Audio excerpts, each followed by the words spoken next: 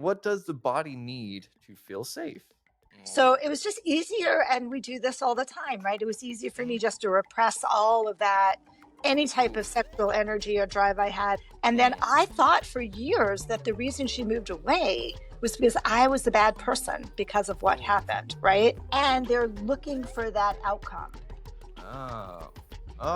If that doesn't happen, then I'm not satisfied. If that doesn't happen, I haven't satisfied my partner.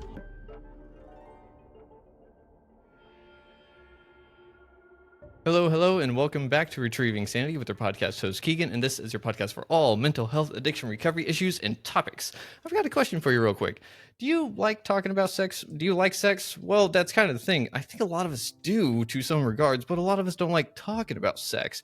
However, Xanet Paylette, God, I almost had it the first time. Today, Paylette is here to talk to us all about sex. She is a sex and intimacy educator, a somatic experiencing trauma practitioner, a Tantra teacher, and the best-selling author of Living an Orgasmic Life, Heal Yourself and Awaken Your Pleasure.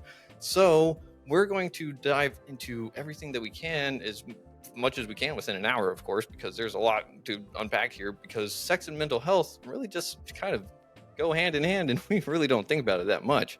But I digress. Xanet, why don't you tell us a little bit about yourself and what made you, write a book about sex?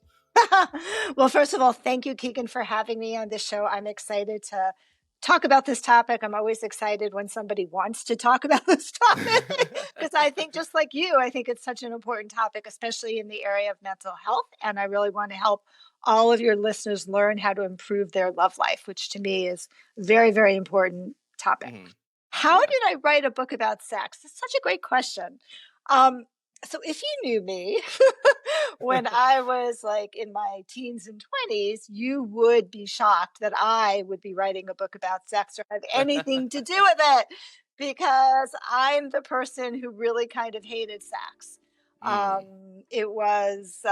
had some very shameful experiences. So there is such a thing as shame trauma. Trauma shows up in a lot of different, ways, but shame is one of them. And a lot of like shameful experiences when I was really young, like really little, and like kind of, innocent things like getting caught playing doctor with my friend Josephine in 7th grade. Sorry, not 7th grade. When I was 7 years old in 1st grade. Whoa. Okay. Seventh grade would have been a little different experience.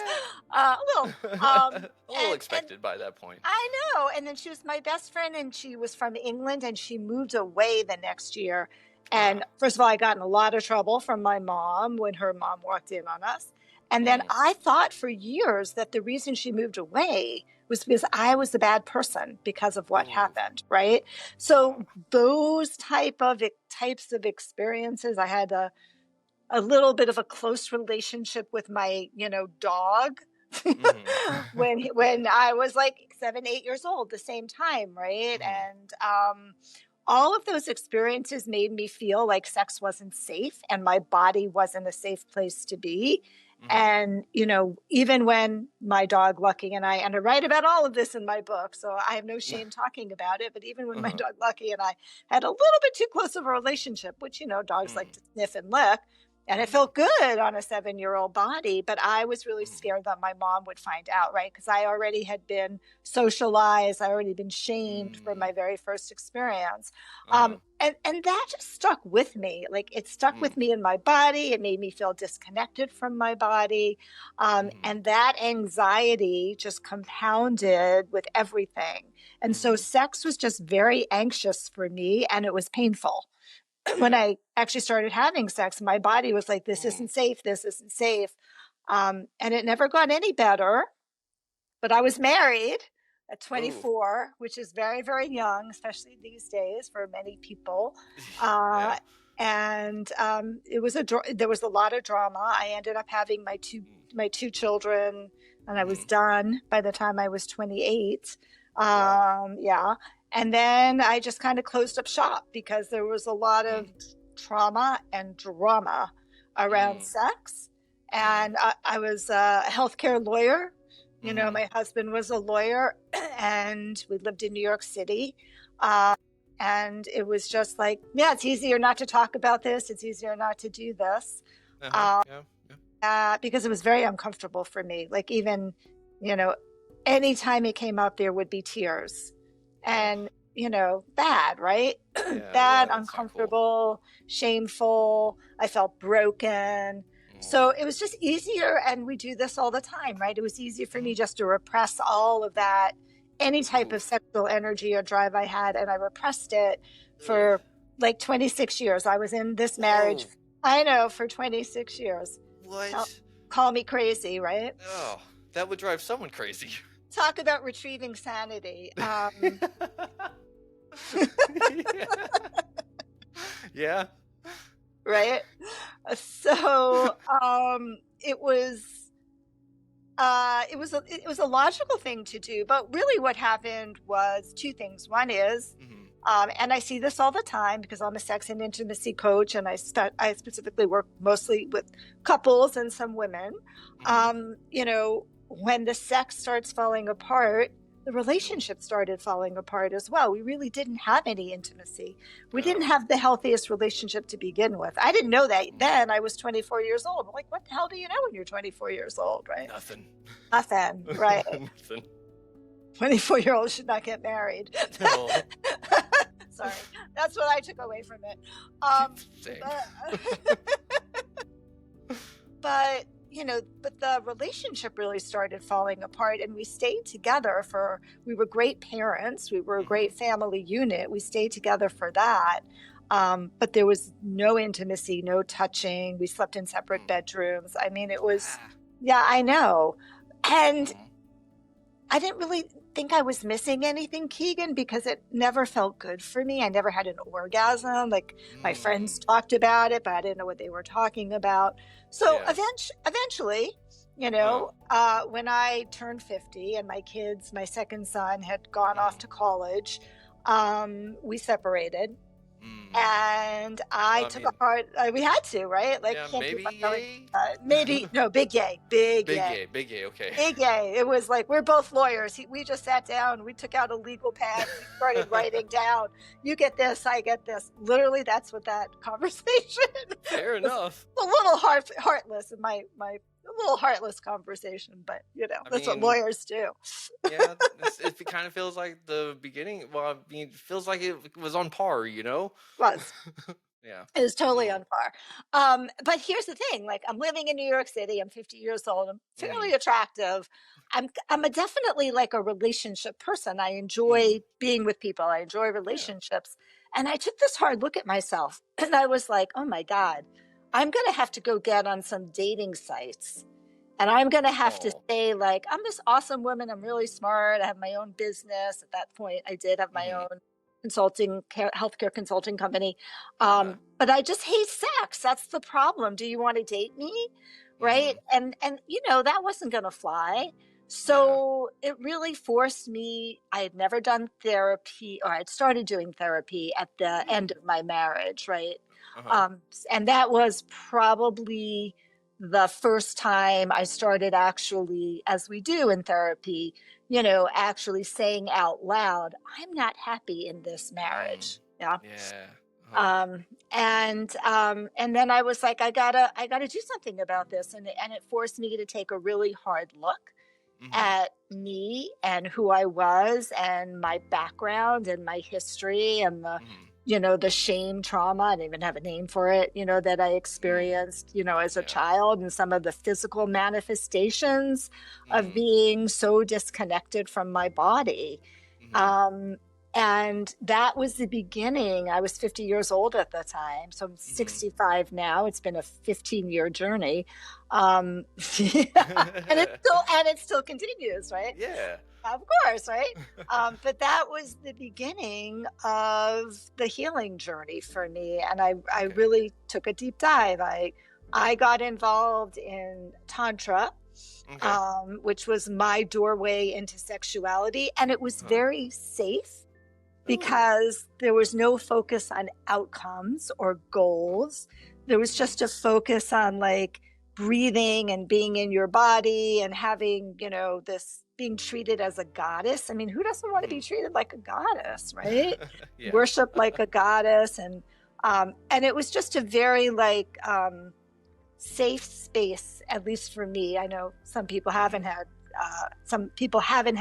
safety around Tantra, but for me it was a very safe space to begin to start to explore my sexuality. And I went through all of these trainings, and eventually I moved to California because, you know, if you want to study sex, you really kind of, at that time, you had to go to California where all the Tantra teachers are and the sex coaches are, and all the trainings, right? Yeah. And then, you know, I'm a very curious person. I'm very like education focused.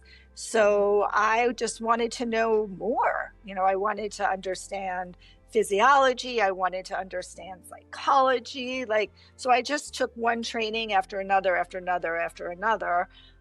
till I felt like I had like enough tools in my tool belt that I could actually like make a mark in the world.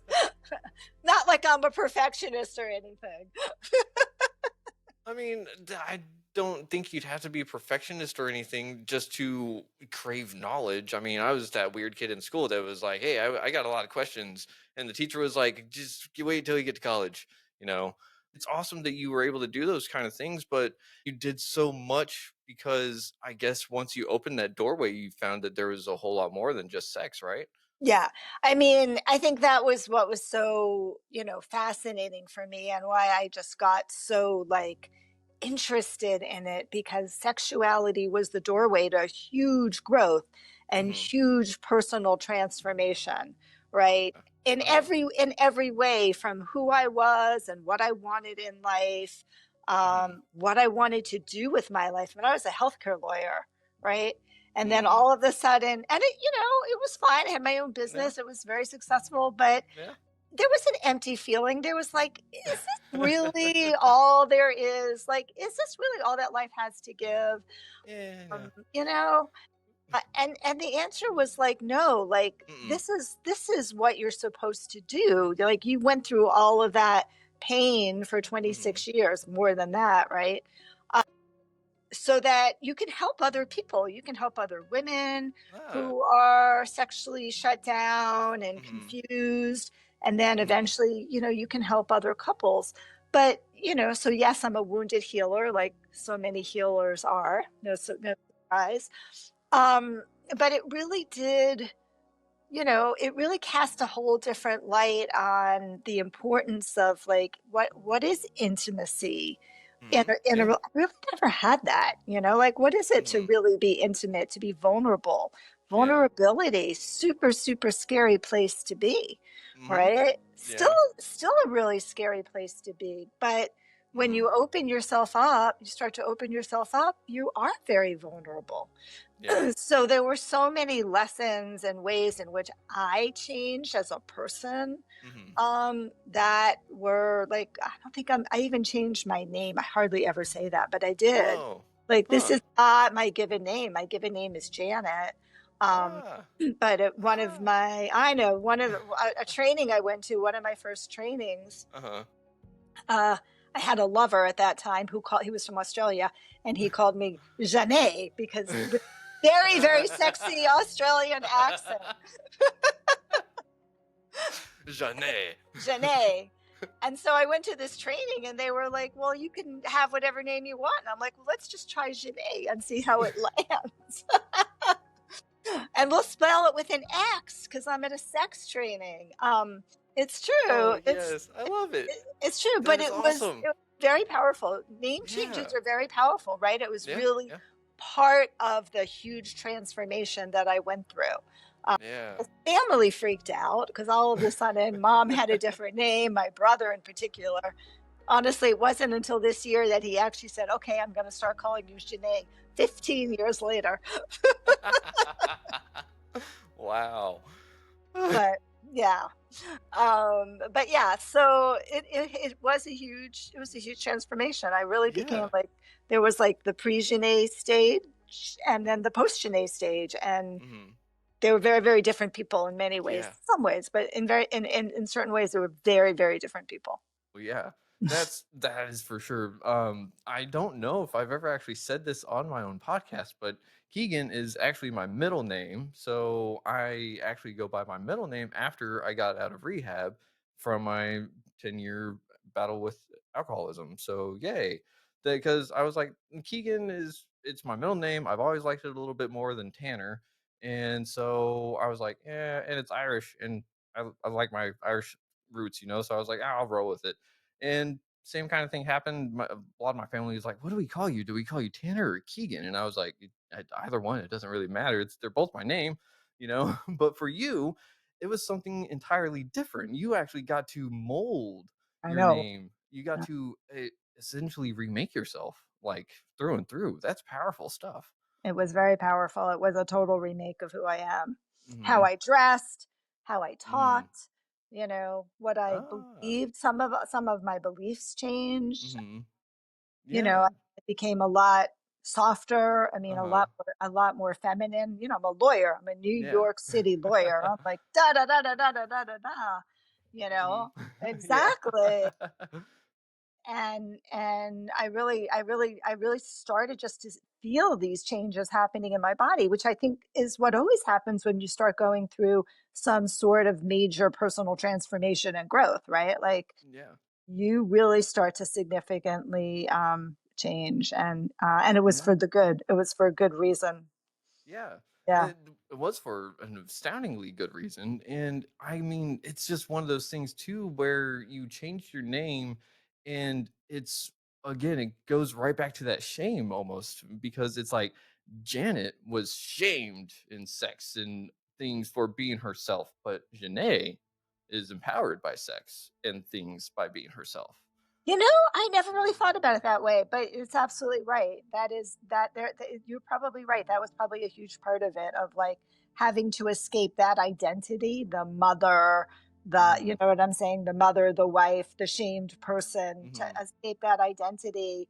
And I don't think I could have done it with my old name. Yeah. Yeah, Because, interesting. yeah, names just are something that define us to a point, and we don't really get to choose that, No, but you right. chose it. And I did. so you rewrote your life after that. That is awesome. So, did you change your name after you found the Tantra stuff? Was it after all that, or was it a little bit before? No, no, it was after. Okay. It was at a training. I had already done all my I had done I think I had done a tantra training, a Mm-hmm. little bit of a tantra training. I've done a lot of trainings. And Mm. then I was living in California. I had moved to California. My mom had passed away. And she had dementia, so it was a blessing. No. I Yeah. decided just to like take a year off, which I've never done. I mean, Oh. literally, like when I my child was first born, my first kid was born, and I Mm-hmm. was a lobbyist on Capitol Hill, and we had No. a lobbying day 4 weeks after I gave birth. That child was with me nursing on Capitol Hill, right? So I never took time off, really, like something like that. But I decided to take a year off because I really needed to like figure out what the hell I was going to do. Mm-hmm. I didn't want to keep on working, doing what I was doing. I knew I needed to make a shift, and I didn't know what that was like. Mm-hmm. But I thought it was going to be in this area. And so, no, I did my first training, which was sexological bodywork training, which is it was an amazing training program. And it was at Mm-hmm. that training where they said, "What's your name?" And I was like, "We're going to try Cool. Shanae and see how that Yeah. sticks." I I love that because it really does kind of paint that picture that subconsciously you were probably hating that name for a while, Mhm. and 100%. then you had that boyfriend or lover, whatever we want to call him, just come along and just jokingly call you that, and then I think your subconscious just latched onto it, been like, oh, that's directed towards me. I can have another name, and then you got permission from some other people to rename yourself. I I think that's did. awesome. We tend to kind of build a cage with the expectations of others, and that's kind of what shame is, right? Yeah. They shame us into getting to be comfortable with what they're comfortable with. Right. And so you got permission to step out of that cage and just say, yeah, nah, I don't want to be here anymore. Yeah, I mean, it wasn't easy, but it took. I mean, I guess in general, I've always been a risk taker in life, Hmm. and I took a big risk. I left all of my friends, all my families, my kids, who were all on the East Hmm. Coast. I didn't know Yeah. anybody in California, and decided to go to California, Yeah. right? So yeah, but it was definitely taking a big step. And let's talk about shame for a moment, because when Yeah. you started this podcast, you said like sex is something we should be talking about, but it's sometimes hard to talk about, right? Hmm. And I know that, because there's a lot of shame associated with sex, Hmm. right? Yeah. And that is like just exactly as you said, that's socialized into us from very, very early on. Hmm. And that's why I've been like so, I did a lot of podcasting in 2018 when Uh-huh. my first book came out, Okay. but the environment was so different than it is now. Like it was hard to get on podcasts, Mm. and radio really is, and radio Uh-huh. shows, right? But Yeah. like it's very different right now, which is great, right? It means that people are really understanding this is an important subject that we need to be talking about, Yeah. that pleasure is important, that sex is Hmm. important for our mental health and our physical health. Hmm. And so, the layer that holds us back from being able to really have these conversations is shame. Yeah. Yeah. It it really is. And I never really understood how much shame played a part in my life until I spoke to one of my guests, and her name was Emma Lyons. And she just obliterated what I thought shame was and wasn't. And ever since that conversation, I've been rethinking everything about my life and society norms and stuff, and how much of it is actually shamed. It's just in a guise of like safety, or just like something, anything. It's really weird. And sex is one of those things that's like behind the biggest, blackest taboo door. It's like, if you want to go in there, you have to follow these rules, and if you don't, you're out. That's And right. You're and it, weird, you're yeah. kinky, you're freaky, Yeah. whatever, right? It's so true. So, and I think that's why, like, in the way, I mean, right? The way we start to get over shame Hmm. is how we get empower ourselves, is by talking about it, by Yeah. normalizing it, by like, other people saying, "Oh my God, I had a dog that did that to me too. I'm not the Hmm. only person." Yeah. Right? Or, I also had a horrible childhood, or I also had, Hmm. sexual trauma that I've been afraid to talk about. Yeah. So talking about it and normalizing it is the way in which it starts to become more acceptable. Hmm. And I think that's so important. And that's what really holds us back. Honestly, like I have couples, I'm pointing because I'm in my office. I have couples sitting on my couch, right? They've been Huh. married for 30 years, 45 years, who knows? They come Hmm. in and they're like, Sinead, we've never really been able to talk about sex for 35 years. Yes, it's true. It's insane. I mean, but it happens all the time, Keegan. I'm Yeah. swear to you, it happens all the time. Yeah. And I think I can. It's crazy to me in some sense, but that's because I'm kind of more open to talking about it with my wife. But don't get me wrong, it takes time to get there to that point whenever you come from a shamed background, or something of a shamed or trauma background of Right. sorts too. Shame and trauma sometimes go hand in hand with each other. Totally. And we don't get to choose our traumas, really. So a lot of people really kind of get shamed into not talking about Yeah. and so we kind of fail, I think, in middle school and high school a lot with sex ed, because that's a lot of more just like trying to scare people away from pregnancy kind of stuff, and it's not really teaching anything. Not at all. Really not at all. Yeah, Yeah. so you're the person that people should talk to if they're trying to figure out what sex is and how it's actually good for a person and their mental health, right?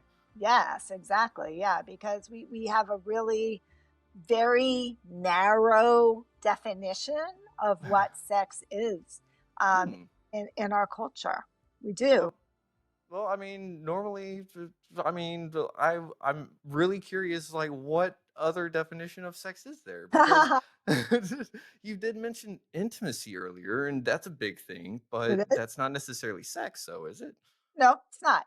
So you want to talk about sex? Let's talk about sex for a moment. Okay. So most people, when I ask them, how do you define sex? Mm-hmm. They basically say, we have intercourse. We call it in the sex therapy world, penis and vagina sex, Mm-hmm. PIV, right? That's how they define sex. Mm-hmm. And if that doesn't happen, Mm-hmm. then they haven't had successful sex, right? And they're looking for that outcome.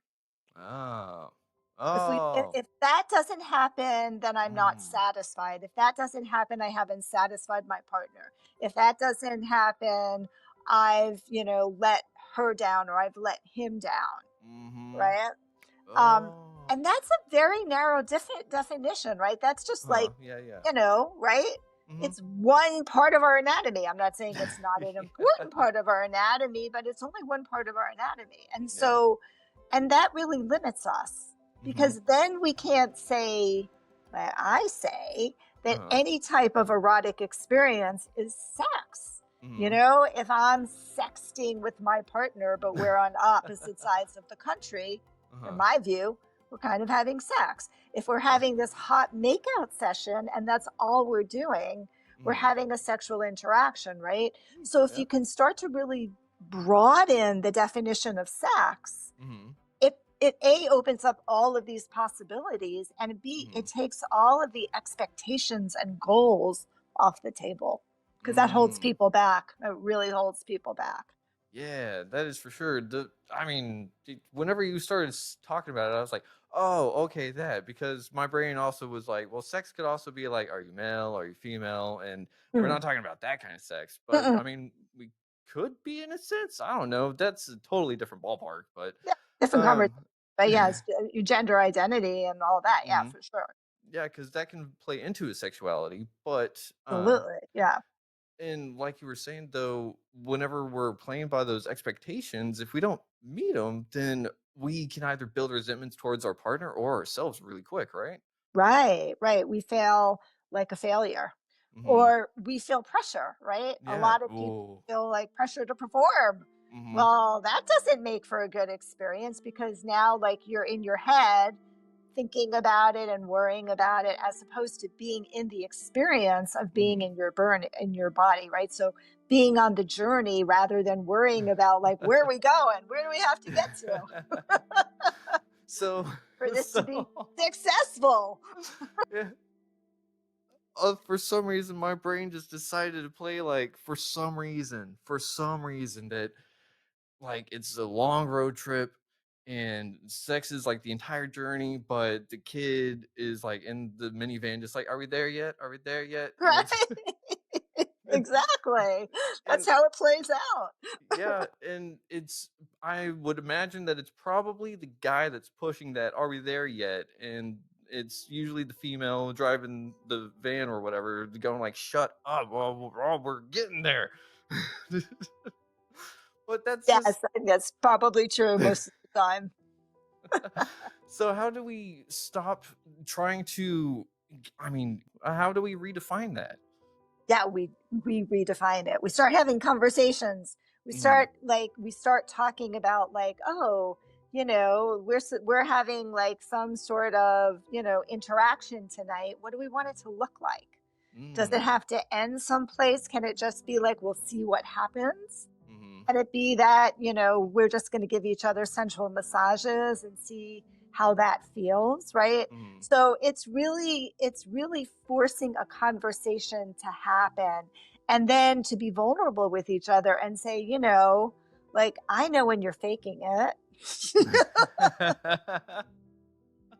Or I know when you feel this pressure to perform, or Mhm. you know what I'm saying? Like, Yeah. a lot of couples don't have those conversations.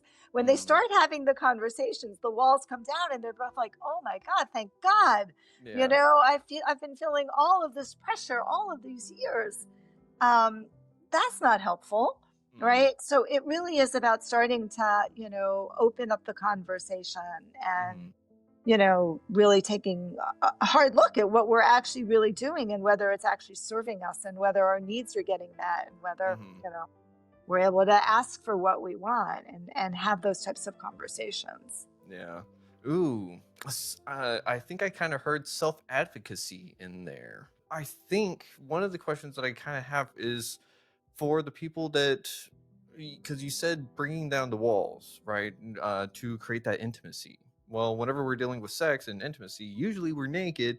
And so, whenever we're naked, a lot of people feel really vulnerable, like you were saying before. So, a lot of people probably maybe don't feel very safe with their own self. Maybe that's part of the problem that kind of goes on. They're naked and they don't want the other person to see them naked or something along those lines, maybe.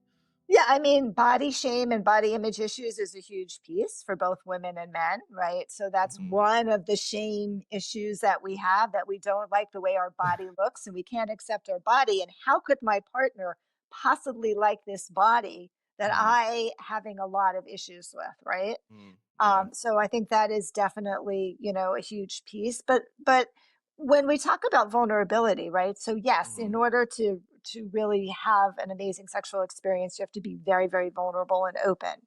You Hmm. can have sex and not be vulnerable, right? Yeah. And that's Uh-huh. more just like routine, quickies, Hmm. But the foundation underneath a sexual relationship, a successful uh, sexual relationship, is the intimacy piece. And Hmm. that's really what's important. And I think that, the vast majority of couples who are really struggling with their sexual relationship, their Hmm. sex life, Yeah. they're really struggling with their emotional intimacy and their emotional connection. That's the underpinning, generally speaking. You Uh-huh. know, Problems in your sex life is generally a symptom of Hmm. relationship issues, and relationship issues go to safety, and they go Hmm. to vulnerability, and they go to the resentment that's been built up for not being able to repair conflicts all these years. Hmm. um, I always work and start with that whole issue of emotional safety and Uh-huh. emotional connection, because right, when you feel emotionally safe with your partner, you can be more vulnerable. Yeah. Right? If I feel emotionally safe with my partner and I know they're not going to use sex to use sex Hmm. against me by weaponizing it, which a lot of people do, Uh-huh. Unfortunately. right? Or shame me, Hmm. um, or 100 other ways in which sex can become a weapon, Uh, then I feel like I can be totally vulnerable and feel comfortable, being mhm. naked and opening myself up in different ways, and being, an avid explorer. Huh. So, does someone need to be comfortable with their body before they can really explore someone else, per se? Necessarily, I mean, body image issues, like I said, it's a big issue. Hmm. There are ways in which you can support your partner around that, right? Uh, Like, not shaming them, not yeah. saying, "Oh, honey, it looks like you put a couple of pounds on," right? No, don't do that. And just like, really, it's easier often to Hmm. accept somebody else's body than it is to accept our body, right? Because Hmm. we think about, like, it's not what's on the outside, it's what's on the inside, right? And Hmm. so, like, telling your partner, like, "Oh, like, you look great, I love your butt, I love the way your breasts look." Giving your partner compliments about their body really Hmm. helps to make the person who's having issues with their body image, like, settles them down, and, like, "Oh, Hmm. okay, well, she really likes, my little middle, and finds that it's nice and fluffy, and she can, like, put her hand in it and grab it. Cool." Uh, and whenever people start getting comfortable with their partner to that level, or getting their partner comfortable with themselves and stuff, that's whenever we can start being more intimate, right? Because we have to start kind of breaking that down at the same time, I guess. Because intimacy, you said, was one of the things that we really need to kind of work on in Right, relationships, and it doesn't necessarily have to be sex, right, but for sure. um how would you suggest people start to build that intimacy to get to that point of to close off, because that doesn't have to be foreplay necessarily either, right? No. Well, I think one of the things that's really helpful is for you to understand that there are different like intimacy styles. Mm. I actually, and this is a great gift, and this is what I'm gonna. All of you all who are listening, you're gonna go to my website and take your test, which is called the intimacy equation formula, Okay. um, because there's lots of different ways in which we show up in an Mm. intimacy way. Some people are more heart based. Some Mhm. people are more like kind of acts of service based. I'm not really talking about love languages, but it's like a kind of like a little bit Yeah. of love languages. Some Yeah. people are more like adventuresome, that they really want to do something, right? Mhm. That's how they express intimacy with their partner. And some people are more really focused on trust. Mm. Like Yeah. that's really important. So there's lots of different ways. So I think one of the things is to start to understand, and this was a whole lot of my journey, start to understand, how do I express intimacy in a Mm. relationship? Like, how do I receive it? What do I need from my partner? Mm. How do I give it? Um, Uh-huh. and then understanding how we connect together, Mhm. right? Like, if one person is really focused on trust and the other one is really focused on adventure, like, how does that work? Yeah. I want to like, jump out of an airplane and you're like, oh my God, we can't do that, right? So so sort of learning how they feed each other, right? So I think that's Uh-huh. important to understand like your intimacy type. And then I think the Mhm. second part is, or intimacy equation, I think the second part of this, Keegan, is it also, by the way, helps to start the conversation, because a lot of times Mm. people will say like, well, how do we begin? And I'm like, well, why don't you start a conversation by like taking a fun little quiz that's animated, and then like have your partner, and then you can, get it going, right? Huh. Starting is always sometimes the hardest thing. Mhm. And then I think it's really around creating, like starting to create emotional connection and emotional safety. And I'm a big Mhm. believer that our eyes are the way in which we express emotions. It's one of the Oh. ways in which we express emotion. So if you Yeah. come work with me, Uh-huh. you're going to spend some fair amount of time in eye contact with your partner doing different Mm. exercises, right? Uh-huh. Or, just starting to express some feelings. And it's amazing when Mm. I get two people and I sit them together. And I know this sounds super woo woo crazy, but and I have them look in each other's eyes and go through a little bit of some communication exercises, how the tears just start flowing, like people start really softening and the walls start coming down, right? Why? Because let's break down intimacy. Uh-huh.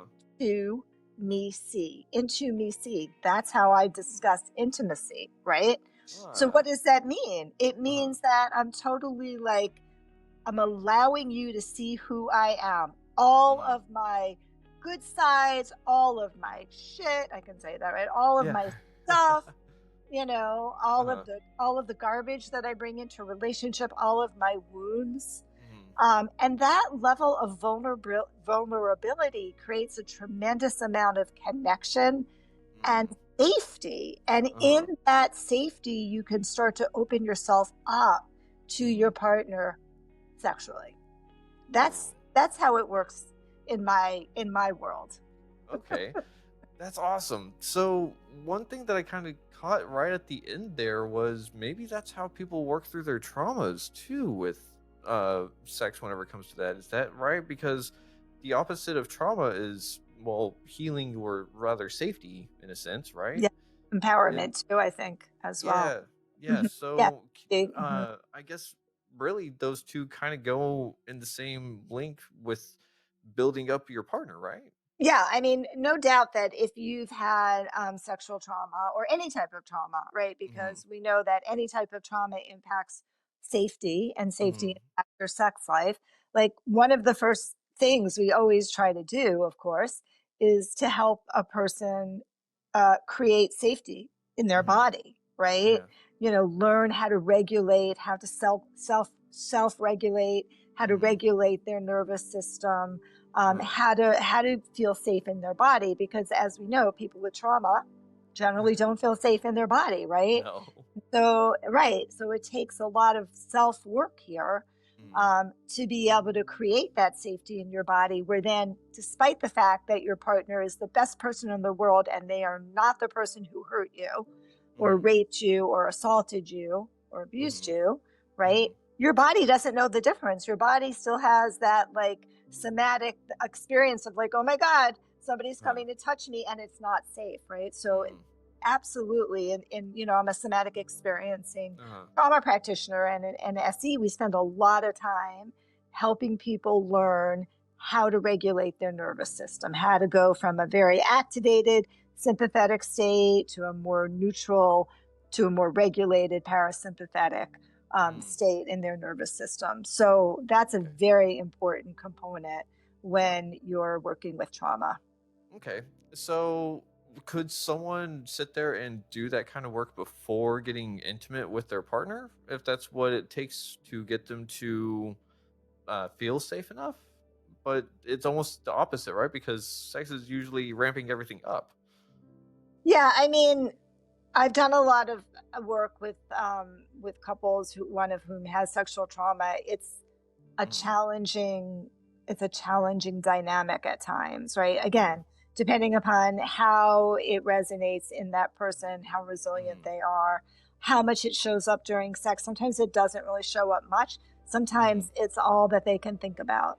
Mm-hmm. And so it's not it's a Yeah. long term is what I would say. It's very, very, Mm-hmm. just like any type of trauma work is, it's very titrated, it's very Mm-hmm. slow, it's having to repeat it over and over and over again. So your Mm-hmm. body, and then releasing the trauma that's in your body Mm-hmm. as well, right?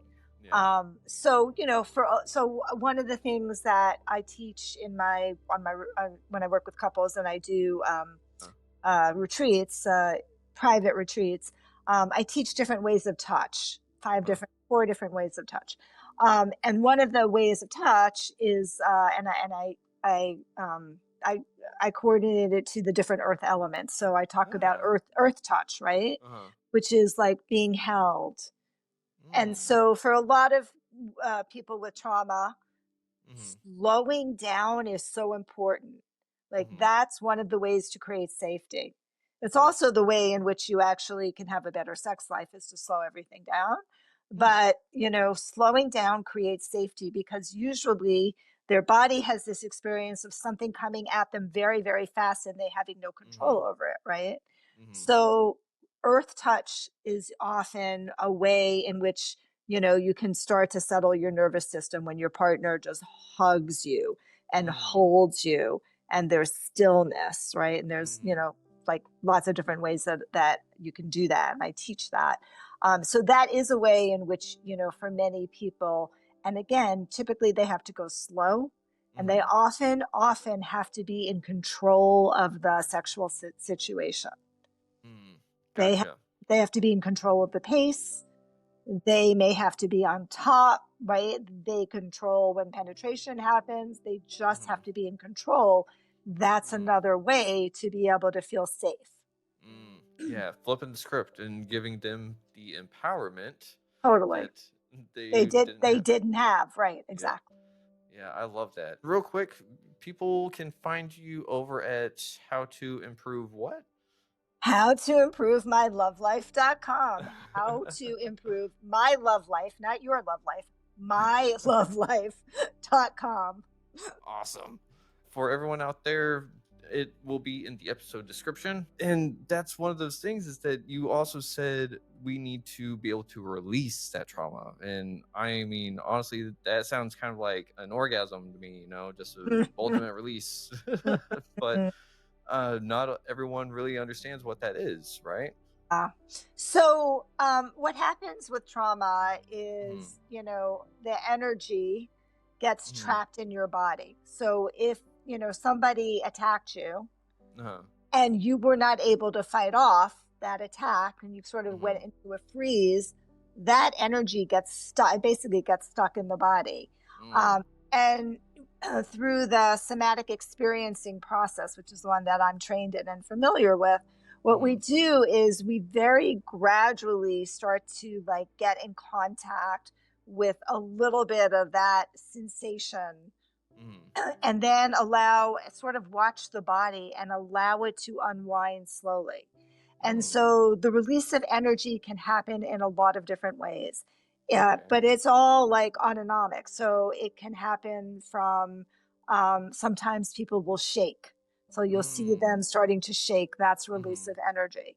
Sometimes they get really hot. You can see their face get really hot. Sometimes they get the chills and they get really cold. Sometimes there's yawning, like big. Sometimes I've sat with clients and they're just constantly yawning, right? And that's a big release of the trauma in the body. So that's one of the ways in which the body starts to release the trapped energy from the trauma. And that starts to free up the body. So the body begins to know, okay, I can sort of take a step in that direction and not have that same experience. Yeah, Okay. powerful work. Yeah, I love that. And you know what's crazy is that I I went through a period myself where I was unable to yawn for about 5 or 6 years. Mm. Uh yeah, that's the weirdest thing, like being able to start having a yawn and then it just completely cuts off. It was the weirdest thing Oh, I've actually had that experience. yeah. I had that experience for a period of time when I was very activated in a Mhm. relationship with somebody, as a matter of fact. Mhm. And I couldn't sleep. And Mhm. I couldn't yawn. And Yeah. it was drove me crazy. It's crazy. Yeah, it was nuts. The first time I had a yawn again was in therapy. Yeah, So, yeah, yeah. uh, I'm really glad you brought that up because I didn't realize that that was a release of trauma right there. So, Yeah, yeah. interesting. And also like yawning is like a vagus nerve activation Hmm. as well, right? Like Yeah. that is of course in the parasympathetic part of the nervous system. But absolutely, yes, I can completely relate to that. It's horrible. Yeah. It I is. don't wish that on anyone. At one Oh, point, I was like, I wish there was a yawn coach or something, someone to tell me why I can't yawn. But yeah, now I guess I kind of know why. yeah, yeah, yeah, yeah. Real quick, we are getting near the end of this episode, which really sucks because this is an awesome episode. And I just got to ask, do you think we could see you on in the future again at some point? We definitely can because Keegan, I have a new book that's coming out in March 4th. Ooh. It's called the Sex and Intimacy Repair Kit: How Ooh. to Enhance Communication and Create a Lifetime of Passionate Intimacy. Um, Okay. so I would love to come back, and it's actually pre-orderable now. You can find all that information if you go to that website. But I'd love to come back and talk about that Sweet. as well. There's some really great stuff in that book. Awesome. I'm looking forward to that because this has been an awesome and empowering episode.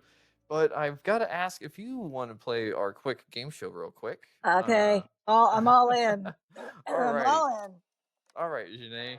So this game show segment is called the Pleasure Principle Quickfire. No pun intended, I guess. So I'm going to read a quickfire prompt, and Janae, I just need you to give me a 1 to 3 word answer followed by a 1 sentence explanation of why you said that. Okay, we'll give All it a right. shot. All right, here we go. What's the quickest way to reconnect to your body? Take a breath. Take a breath. All right. What's the explanation for that? The more you breathe, the more you feel. Ooh, dude, I love that. All right. What about, is painful sex inevitable after trauma? It's not inevitable. Well, some people, I don't know if I can do this in a sentence. Let's see, it's not inevitable. Everybody responds to trauma in a different way. It's not inevitable. Gotcha. Okay, I love that. What about one essential key to great foreplay? Slow down. So when you slow down, you get to be much more present in your body and present with your partner, and you get to feel your own sensations. Mm, okay, I think I just gotta slow down in general with everything I do. What's more important, orgasm or pleasure? Pleasure. Pleasure. Orgasm is amazing, but if you make that a goal, it's going to make you crazy at some point because you're going to miss all of the nuances of the pleasure in your body. Ooh. Okay.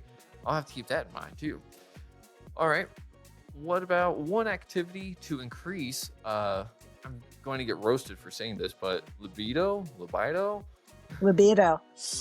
Ah, Oh, one activity to increase libido. Okay. Depends whether it's a woman or man, but I would say like do a sexy dance. ah, somatic dance, somatic Some sexy dance. sexy dance with yourself in front of a mirror with your partner. Okay. Huh. Not touching, like just feel the energy between the two. Huh. Yeah. Huh. That that's going to be pretty fun to try. All right. True or false? You need a partner to practice tantra. No, that's totally false. Totally There, false. yeah, tantra can be done solo. Absolutely. In fact, Gotcha. there are books on solo tantra. Ah, I think that we need to dive into tantra maybe a little bit more next episode too. Okay. Because, like I said, we've got a ton of rabbit hole trains to follow on this one. All right. What does the body need to feel safe? What does it need to feel safe? Oh, it needs to know that it will be respected. Okay. Yeah, It needs to know that it'll be be respected. respected. Mhm. Okay. I think the explanation on that isn't really needed, you know. Yeah. What about the biggest barrier to intimacy? The biggest barrier to intimacy is a lack of emotional connection and not feeling emotionally safe. Oof. Ugh. Yeah. Okay. Right there too. And then last one for this evening. Better name for sexless marriage. Better name for a sexless marriage: sexually challenged.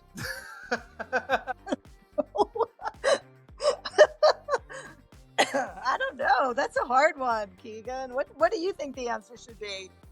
Better name for sexless marriage. What about rock paper scissors? I like it. All right. So, Janae, thank you for playing our game, The Pleasure Principle Quickfire. And because you've delighted us with your astounding knowledge of all things pleasure, we have decided to bestow upon you the honorary title of the Oracle of Embodied Delight. I So- love that. Well, thank you for playing our little game show with us. And I got one last question, if you don't mind. Of course. All right. Janae, the name of this podcast is Retrieving Sanity, and we explore how all facets of living life impact mental health. Looking at the incredible motley adventures of your life, what does retrieving sanity personally mean to you today? And what's one practice or perspective you believe is crucial for anyone on that journey? Oh my God. Okay, that's a big question. This is a big question. I'm That's a sorry. really big question. Okay. What do I do on a daily basis to maintain my mental health? Mhm. Well, one of the things that I do that's super powerful and helpful for me is I do a nervous system meditation every night before I go to bed, which I love because it really allows me to yawn Oh. and relax because I need to, I'm a New Uh-oh. Yorker. I need to I need to bring things down. It's easy for me to get very like hyper up and not be able to sleep. And sleep is very important for mental health, right? So that is something that I highly recommend. Okay. What is there a specific one that you do? Uh, I haven't heard of a yes. nerve. So there's this woman on YouTube. If you look up nervous system reset or nervous system meditation, there's this woman on YouTube. Her name is Karen Hope, and she does this beautiful one. Like I just hear her voice and I start relaxing and yawning. And it's just a beautiful nervous system reset. And I do it. She has a couple of different ones. And I do it, religiously. Tapping also, like EFT tapping Yeah. is another thing that I do as well. And I do like the sleep tap usually. There's one that's about shutting your brain off, like because you're thinking about, which my brain does. Look like, oh, I got to do this, I got to do that tomorrow, and I can't sleep. So I just really try to do things to really settle my nervous system because I know I know that for me, and I think for everybody, when your nervous system is settled, you can sleep better. You know, the Mhm, rest and digest, your digestion is better, mhm. and you just wake up more clear headed in the morning. So Yeah. that's how I retrieve my sanity, Keegan. Awesome. I love that, Janae. That is way too good because we've talked about meditation, we've talked about all that kind of stuff, and I mean, I think we're just tying it all up into one big old loop. Janae, I just gotta say thank you very much for being on Retrieving Sanity tonight because this has been an amazing conversation. I can't wait to have you on again because you're right. We need to have these kind of conversations to help people break that shame barrier, delete everything that they think they know about sex and intimacy because they're probably wrong because it doesn't have to be fast. What? Question mark? So Slow is better. slow is better. I just want to tell everybody this is a strong belief I have that pleasure is your birthright. Mm, That you were born to have pleasure, that you should be having pleasure, and if you're not, you should do something about it. Just mm, don't accept like I did for 30 years that my body couldn't give me pleasure. Like that's just not true. No matter what you've been through, right? It is mhm. available for you in some form or another. And if you can't access it, go find somebody who can help you. Yeah. Oof, that is powerful. I thank you very much for that astounding message because I know some people out there, including myself, probably have to hear that. So, everyone out there, thank you for listening to Retrieving Sanity on WDJY 99.1 FM. And as always, if you've got a mental health crisis, you can dial 988. If you're part of the LGBTQ plus community, you can dial the Trevor Project up in Canada. But remember, you've got to love yourself. Try to love others if you can, but you gotta love yourself first. We will see y'all next week. With that being said, much love. Schlag.